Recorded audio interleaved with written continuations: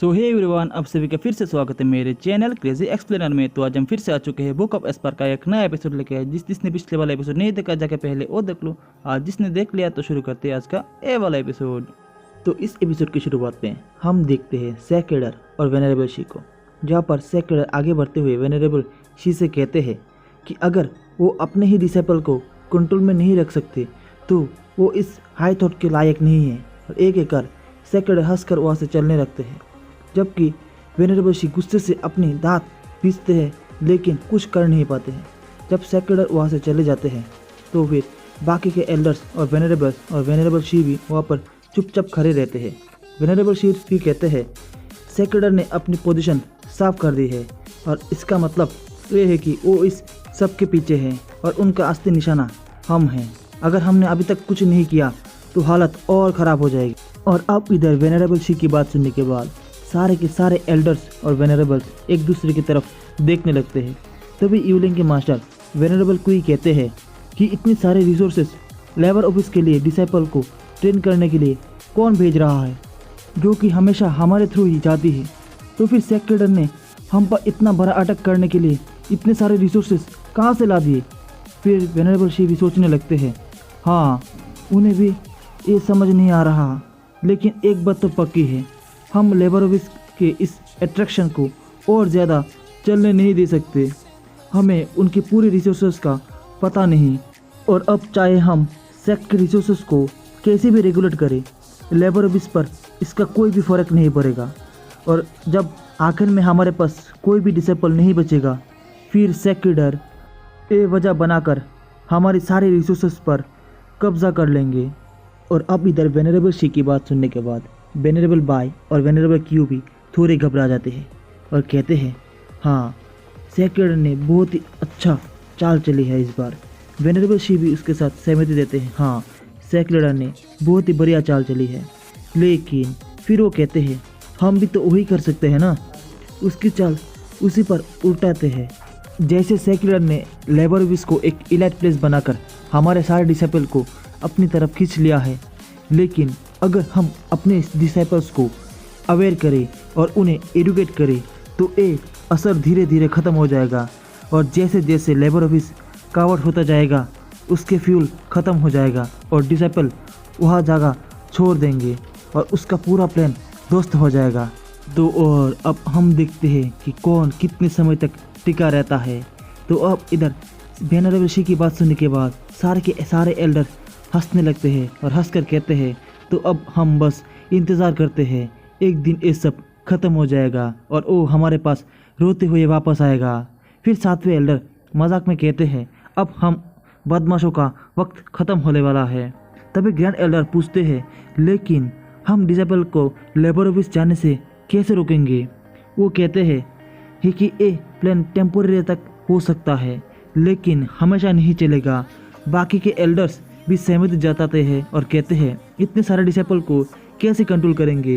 फिर venerable she उनसे कहते हैं हम एक मिसाल सेट करेंगे और अगर कोई डिसेबल नहीं सुनता तो उनमें से एक दो को मार डालेंगे। इससे बाकी सारे डिसेबल्स डर जाएंगे और सीधे हो जाएंगे।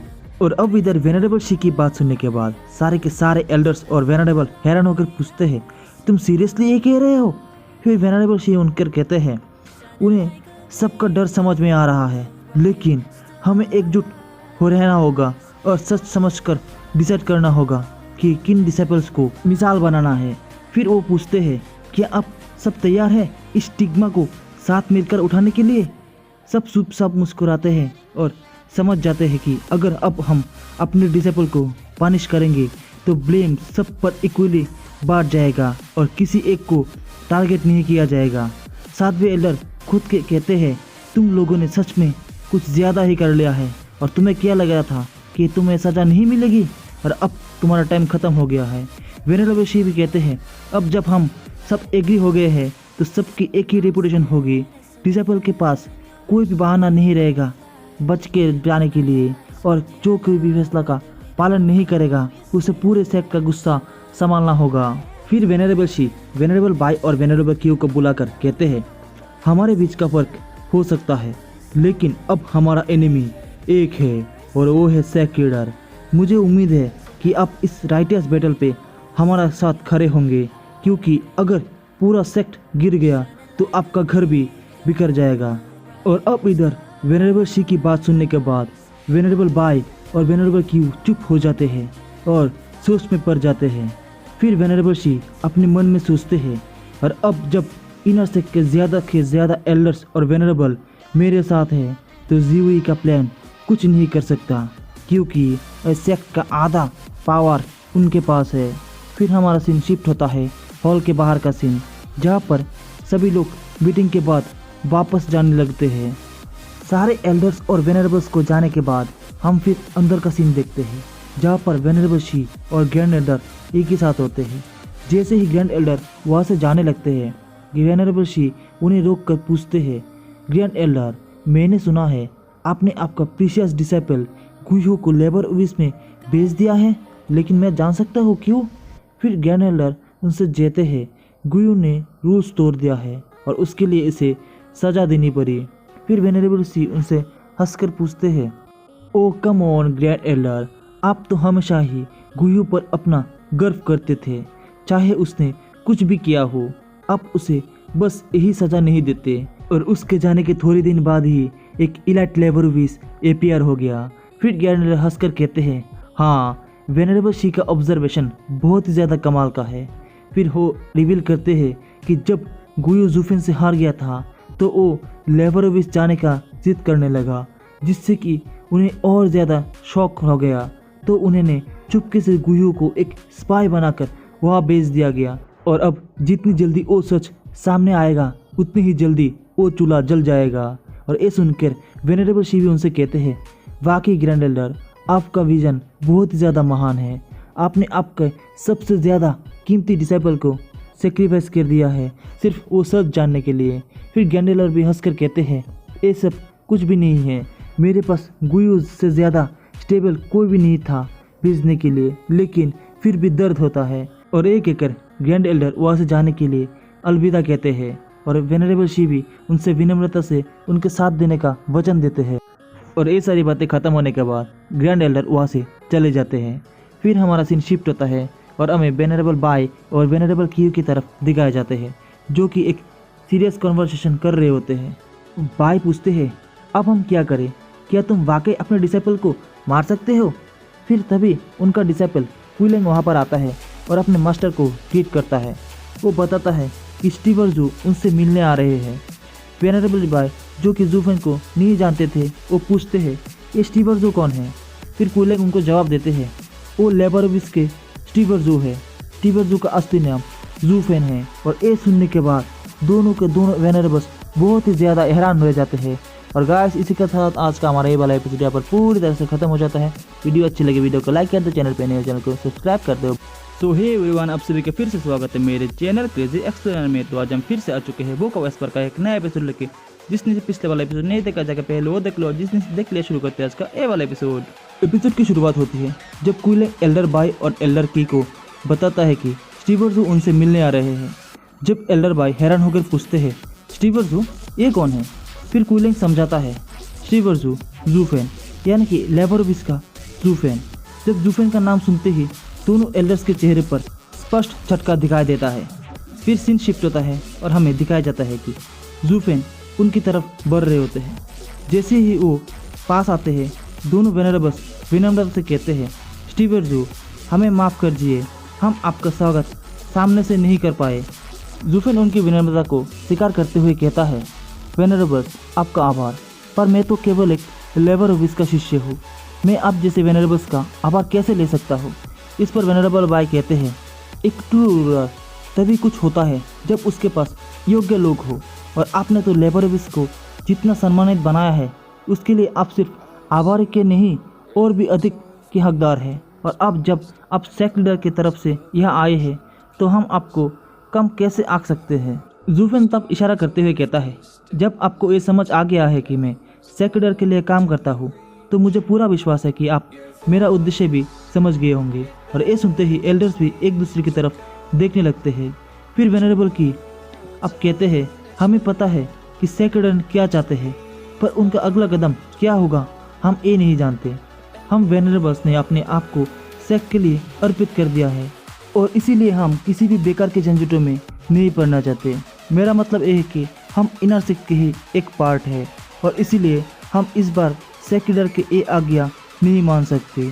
ज़ूफेन फिर अपने चेयर पर बैठते हुए कहता है, एल्डर्स और वेनरेबल्स की सभा तो काफ़ी पहले ही ख़त्म हो गई थी, लेकिन उसके बाद भी सब लोग वहीं पर थे।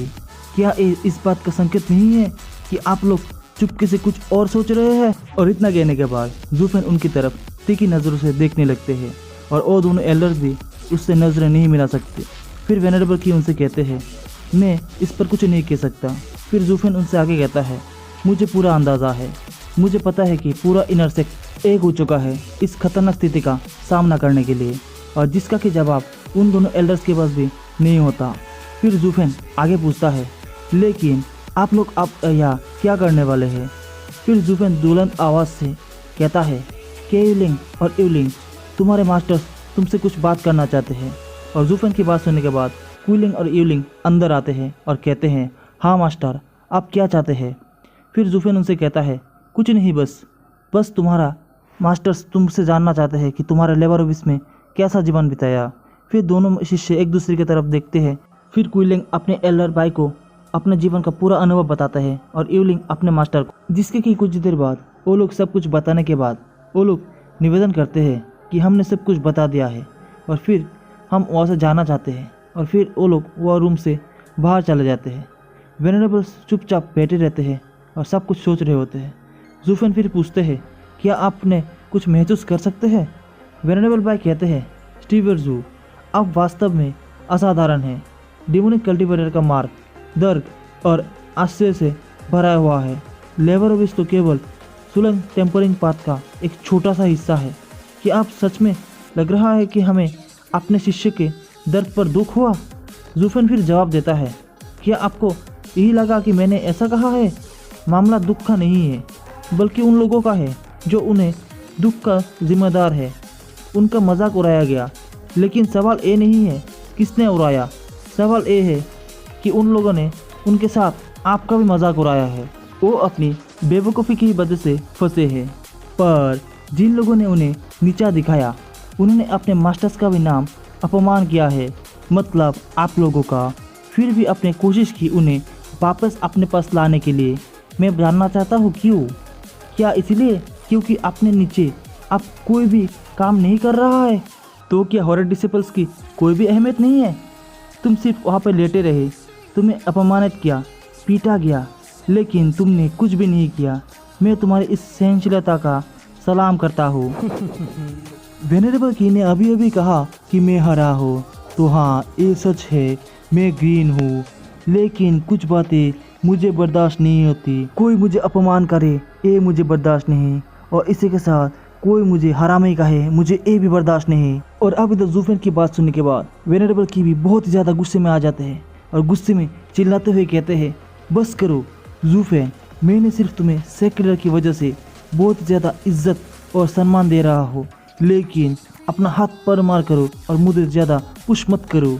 फिर ज़ूफेन शांत होकर मुस्कुराकर कहता है, क्या मैंने आपको थप्पड़ मारा?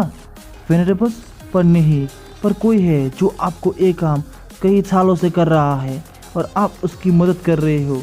और जबकि मैं तो बहुत सालों से इस सेक्ट में भी नहीं था और ना ही मैंने आपके डिसिपल्स को ध्यान रखा है, पर फिर भी आप मुझे अपना दुश्मन बना रहे हो और उसको अपना दोस्त। तो आप बताओ यहाँ पर सबसे ज़्यादा गलत कौन है? ज़ूफेन की बात सुनने के बाद वेनरेबल शी उनसे कहता है, ज़ूफेन, अब ज़्यादा उपदेश देना ज़रूरी नहीं है।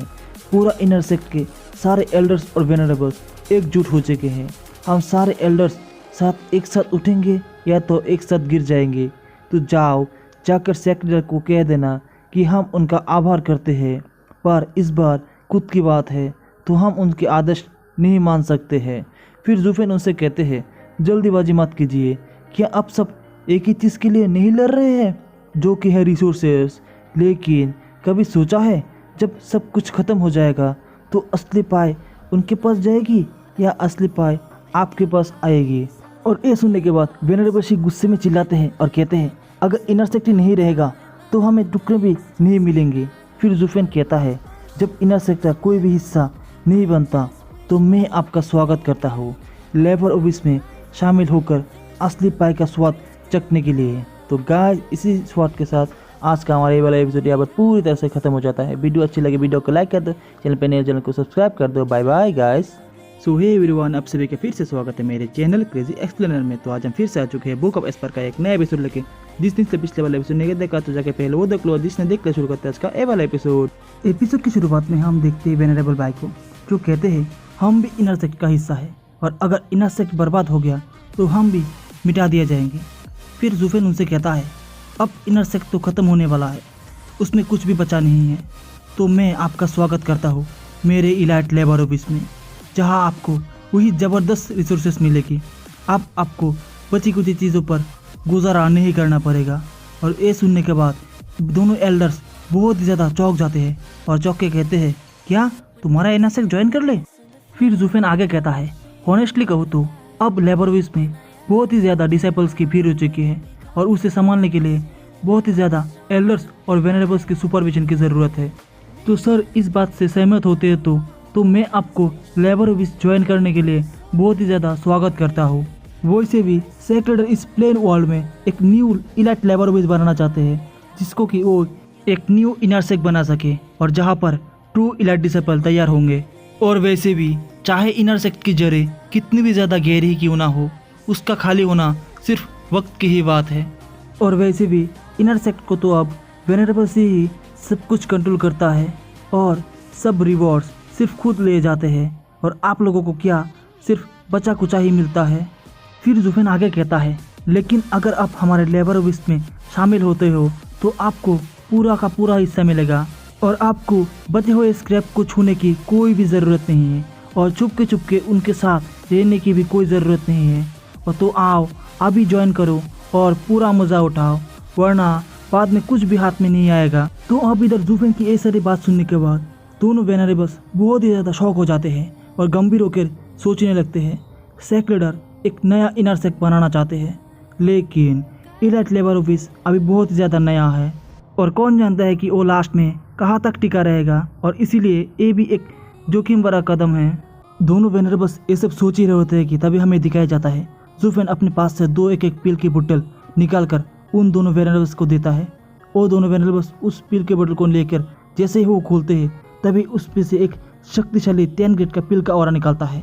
और जैसे ही वो पिल का ऑरा उनको महसूस होता है तो बहुत ही ज़्यादा हैरान रह जाते हैं और कहते हैं ये तो एक 10 ग्रेड का पिल होता है। फिर जुफेन उनसे हंसते हुए कहता है हाँ, ये एक 10 ग्रेड का हेवन रीचिंग पिल है और ये सिर्फ एक छोटी सी निशानी है हमारे एक साथ जुड़ने के लिए। और अगर आपको अभी भी कोई शक है तो मैं आपको वादा करता हूँ अगर कोई भी एल्डर्स या वेनरेबल्स मेरे इलाइट लेबर ऑफिस को ज्वाइन करता है तो उन एल्डर्स और वेनरेबल्स को एक 8th ग्रेड की पिल मिलेगी। और ये सुनकर दोनों वेनरेबल्स बहुत ज़्यादा हैरान रह जाते हैं और अपने मन ही मन सोचते हैं क्या सभी एल्डर्स और वेनरेबल्स को 8th ग्रेड की पिल मिलेगी। और उन दोनों के चेहरे की हैरानी को देखकर जुफेन कंफर्म करता है हाँ बिल्कुल सही सुना, और क्योंकि आप लोग उन दूसरों के बीच में एक मीडिएटर का काम करेंगे तो आपको भी और ज़्यादा रिवॉर्ड मिलेंगी और बाकी को सिर्फ 8th ग्रेड की पिल मिलेगी। लेकिन स्पॉट्स बहुत ही ज़्यादा लिमिटेड है, तो जल्दी फैसला लीजिए। और आप जुफेन की बात सुनने के बाद दोनों के दोनों वेनरेबल्स बहुत ही ज़्यादा हैरान रह जाते हैं और ध्यान से विचार करने के लगते हैं। और विचार करने के बाद वो लोग कहते हैं एक दिन जुफेन और सेक्रेटर मिलकर इनर सेक्ट को ज़रूर ख़त्म कर देंगे, जैसा कि हम जानते हैं। और यहाँ रुकना सिर्फ हमारी बर्बादी होगी और हम चारा बन के रहेंगे। और तो बेहतर होगा कि हम पहले ही अपना साइड बदल ले। और इतना सोचने के बाद दोनों वेनरेबल्स जुफेन को कहते हैं तो ठीक है, हम तुम्हारे साथ जुड़ने के लिए तैयार है और अपने विश्वासीय साथियों को भी तुम्हारे साथ लाएंगे। दोनों वेनरेबल के मुंह से बात सुनने के बाद जुफेन हल्का सा मुस्कुराता है और कहता है हाँ बिल्कुल सही, इनर सेक्ट तो अंदर से पूरी तरह से सड़ चुका है और मेरे पास एक परफेक्ट जगह है जहाँ पर आप अपना छाप छोड़ सकते हैं। तो आइए, हमारे नाव पर आपका स्वागत है। और इसी के साथ हमारा सीन शिफ्ट होता है, जहाँ पर वापस से हमें लेबर ऑफिस का सीन दिखाया जाता है, जहाँ पर जुफेन उड़कर आ रहा होता है और उसको गैंगर देखकर खुशी से कहता है मास्टर वापस आ गए हैं। और सब लोग उसका स्वागत करते हैं जब जुफेन वहाँ पर लैंड करता है। फिर गैंगर उसे कहता है मास्टर आप 3 दिनों से कहाँ पर थे, हम तो यहाँ पर मेहनत कर रहे थे और आप घूम रहे थे। ये सुन जूफन उसके सर पर एक चपली मारते हुए कहता है, ज़्यादा उड़ मत बच्चे और अपनी औकात याद रखना। और उसका माथा फिंगर से फ्लिक करता है और इसी वक्त गुयू भी वहाँ पर आता है और कहता है, स्टीवर्जो, आपने कहा था कि आपके साथ मैं रह सकता हूँ और इसीलिए अगली बार अब जब जाओगे कहीं पर तो मुझे भी आपके साथ ले जाइए। फिर जूफन हंसकर और कहता है, मुझे पता है तू क्या कहना चाहता है, लेकिन वक्त अभी सही नहीं है। और फिर वो सोचता है, वेनरेबल सी से मिलने के अलावा मैं इन 3 दिनों तक केलंग और यूलिंग के डिसाइपल से भी मुलाकात किया हो। गुयू को नहीं ले गया क्योंकि वो ग्रैंड एल्डर का डिसाइपल है और यहाँ सिर्फ डायवर ड्रैगन गैदरिंग के ट्रेनिंग के लिए आया है। और रही जब बात दूसरों के हाथ से फर्श खींचने की, तो मैं हमेशा सेफ ही करना पसंद करता हूँ। दूसरी तरफ एल्डरियन फिर कहता है, स्टीवर्जो, अब इनर सेक्ट और आउटर सेक्ट डिसेबल के बीच की रेखा बहुत ही ज़्यादा धुंधली हो गई है। और जूफन को दिखाया जाता है जो कि उन चारों को देखकर कहता है, तुम भी अभी तक यहाँ क्या कर रहे हो, वापस जाओ अपनी पोजीशन पे। और जूफन की बात सुनने के बाद चारों डिसेबल वहाँ से चले जाते हैं और उन्हें जाते देखकर जूफन फिर कहता है, अभी भी ये वो लोग बच्चे हैं, लेकिन इसका मतलब ये नहीं कि मैं उन पर भरोसा नहीं करता। फिर एल्डरियन कहते हैं, हाँ, लेकिन रिस्क ये है कि ये लोग जल्दी में तुम्हारा प्लान लीक ना कर दे। और इतना कहते ही एल्डरियन हंसते हुए कहता है, मैं अच्छी तरीके से जानता हूँ। और फिर जूफन उनसे कहता है, एल्डरियन, मैं पिछले कुछ दिनों से जब इनर सेक्ट में घूम रहा था तभी मैंने कुछ नोटिस किया। मैंने घूमते हुए देखा कि वो बुरे गीजर लोग अपने डिसेबल के नए ट्रेन को रोकने की कोशिश कर रहे हैं। फिर एल्डरियन उदास होकर कहते हैं, तो उन्हें हमारे प्लान का समझ आ गया है और उस अभी अपने डिसेबल को मजबूती से पकड़ रखे हैं और अब उन्हें बस अपने लोगों पर नियंत्रण रखना पड़ेगा। तो हमारा किया गया कोई भी मूव उन पर कुछ भी असर नहीं करेगा। और वैसे भी सेक्ट की स्थिति हमेशा सिचुएशन के ट्रेंड पर निर्भर करती है। और वेनेरेबल सी तो इतना ज़्यादा शार्प है और फिर भी वो नोटिस नहीं कर पाए। फिर जूफन आगे कहता है कि कोई बात नहीं, वैसे भी इनर सेक्ट की इतना भी ज़्यादा मजबूत नहीं है। वो बुरे लोग अभी भी एक दूसरे से बिल्कुल भी सहमत नहीं है। बाहर से एकजुट दिखते हैं, लेकिन बस एक छोटी सी छेड़छाड़ की ज़रूरत है और अंदर से पूरी तरह से टूट जाएंगी और पलटने में ज़्यादा देर भी नहीं लगेगी। वो आगे कहता है, वेनरेबल की और वेनरेबल बाय उनके बीच में फासला बढ़ा देंगे और केलंग और यूलिंग की मदद से मुझे कुछ सबसे शक्तिशाली इनर सेक्ट डिसाइपल्स मिल गए हैं और लगता है कि पहले दिया गया एहसान अब मुझे काम आ रहा है। जूफन की बात सुनने के बाद एल्डरियन हंसकर कहता है, मैं बहुत ही ज़्यादा आश्चर्यचकित हूँ स्टीवर्जो, वास्तव में आप बहुत ही ज़्यादा कमाल के हैं। आपका हर कदम बहुत ही ज़्यादा सोचा समझा और कार्टून में है। फिर जूफन थोड़ा सा चिढ़कर कहता है, अरे यार, मैं 2 10 गेट का पिल बेस्ट किया हूँ उन 2 वेनरेबल्स को मनाने के लिए, और वही नहीं, बाकी एल्डर्स के लिए 8 गेट की पिल्स देनी पड़ेंगी। और अगर यही चला तो मैं पूरी तरीके से बेरोज़गार हो जाऊँगा। फिर एल्डरियन पूछता है, क्या आपका पैसा ख़त्म हो गया है और अभी आपके पास कितना बचा है? फिर जूफन कहता है, क्यों, तुम्हें क्यों जानना है, तुम्हें क्या फ़र्क पड़ता है? और अगर मैंने बताया कि मेरे पास इतना पैसा है कि मैं एक नया सेक्ट खड़ा कर सकूं और अगले पर जीवी ने ऐसा कहा तो मुझे मेरे सारे पैसे सेक्ट के लिए खर्च करना पड़ेगा। तो मैं कोई पागल नहीं हूँ कि सेक्ट के लिए सारा पैसा खर्च कर दूँ। जूफन की बात सुनने के बाद एल्डरियन हंसते हुए कहता है, तो आपके पास अभी भी काफ़ी ज़्यादा पैसा बचा हुआ है और ये तो बहुत ही ज़्यादा अच्छी बात है। फिर एल्डरियन मनी मन सोचता है, इस लड़के का हमारे सेक्ट से कोई भी संबंध नहीं है, ना ही अपने दोनों डिसेबल से। और इतना सब कुछ सोचने के बाद एल्डरियन फिर जूफन से कहता है, स्टीवर्जो, तुम इस सेक्ट के लिए बहुत ही कुछ कर चुके हो और इतना खर्च भी कर चुके हो, लेकिन अब तक कुछ हासिल नहीं हुआ। ज़रूर निराशा होती होगी, तो मैं तुम्हें आज एक राज की बात बताता हूँ जो तुम्हारे काम आ सकती है। और ये अफवाह वेस्टर्न लैंड से है और सिर्फ हाई लेवल के सेक्ट ऑफिशियल्स को ही ये पता होती है। मैं एक एल्केमिस्ट का सर्वेंट बन के काम करते हुए सुना था। तो ये बातें हैं ड्रैगन ओवन सोल के बारे में। और अब एल्डरियन के मुँह से ये सब सुनने के बाद जूफन बहुत ही ज़्यादा चौंक जाता है और एल्डरियन की तरफ मुड़कर कहता है, तुमने क्या कहा, ड्रैगन विंड सोल? और गाइस, इसी सस्पिशन के साथ हमारा आज का ये वाला एपिसोड यहाँ पर पूरी तरह से खत्म हो जाता है। वीडियो अच्छी लगे वीडियो को लाइक कर दो, चैनल पे नहीं हो चैनल को सब्सक्राइब कर दो। Bye bye guys. So hey everyone, आप सभी का फिर से स्वागत है मेरे चैनल क्रेजी एक्सप्लेनर में। तो आज हम फिर से आ चुके हैं बुक ऑफ एस्पर का एक नया एपिसोड लेके। जिसने पिछले वाला एपिसोड नहीं देखा जाकर पहले वो देख लो, और जिसने देख लिया शुरू करते हैं आज का ए वाला एपिसोड। एपिसोड की शुरुआत होती है एलरियन से, जो जूफन से कहता है मैं तुम्हें एक सीक्रेट अफवाह के बारे में बताता हूँ जो तुम्हारे काम आ सकती है, और ये सीक्रेट कुछ ऊंचे पद लोगों को ही जानते हैं। और मुझे ये सब पता चला जब मैं एक एल्केमिस्ट के साथ काम कर रहा था, और वो बताते हैं ये सीक्रेट ड्रैगन बेन सोल के बारे में है। जूफन हैरान होकर पूछता है, रुको, क्या तुम्हारा मतलब ड्रैगन बेल सोल? वही ड्रैगन बेल सोल जिसका कनेक्शन 9 ड्रैगन डेमोनिक बॉडी से है? फिर एलरियन हंसकर जवाब देते हैं, 9 ड्रैगन डायमंड बॉडी, उसकी क्या औकात है ड्रैगन बेन सोल के सामने। और अब एलरियन की बातें सुनने के बाद जूफन और भी ज़्यादा हैरान हो जाता है, और हैरान होकर पूछता है उसका मतलब क्या है। फिर एलरियन समझाते हैं, अगर किसी के शरीर में 9 ड्रैगन सोल होते हैं और वो उनके दर्द को इटर्नल स्टेज में ही झेल जाता है, तो वो 9 ड्रैगन डायमंड बॉडी प्राप्त कर लेता है और सीधा इटर्नल स्टेज में प्रवेश कर लेता है। लेकिन ये अंत में बहुत ही ज़्यादा व्यर्थ है, क्योंकि तुम्हारा शरीर तो मजबूत बन जाता है, लेकिन तुम्हारी सोल दूसरे इटर्नल स्टेज एक्सपर्ट के मुकाबले बहुत ही ज़्यादा कमज़ोर होती है। और इन मुश्किलों से निपटने का और उन सब से बचने का सबसे बेहतर रास्ता ये है कि उन 9 ड्रैगन सोल को बदल कर 10 ड्रैगन सोल बना लो, जिससे कि एक हेवन ड्रैगन सोल बन जाता है, और एक किसी भी अर्थ ड्रैगन सोल से कहीं ज़्यादा शक्तिशाली होता है, और ये दूसरी सोल्स को नेचुरली दबा सकता है और लड़ाइयों को आसान बना देता है। कहा जाता है कि एक अर्थ ड्रैगन सोल बहुत ही ज़्यादा टॉप लेवल की होती है, पर इनमें कुछ कमियां होती है। एक अर्थ ड्रैगन सोल सिर्फ 2 लेवल को स्किप कर सकता है, लेकिन एक हेवन ड्रैगन सोल 5 लेवल तक स्किप कर सकता है। और अब इधर एलरियन के मुंह से ये सब सुनने के बाद जूफन बहुत ही ज़्यादा हैरान रह जाता है।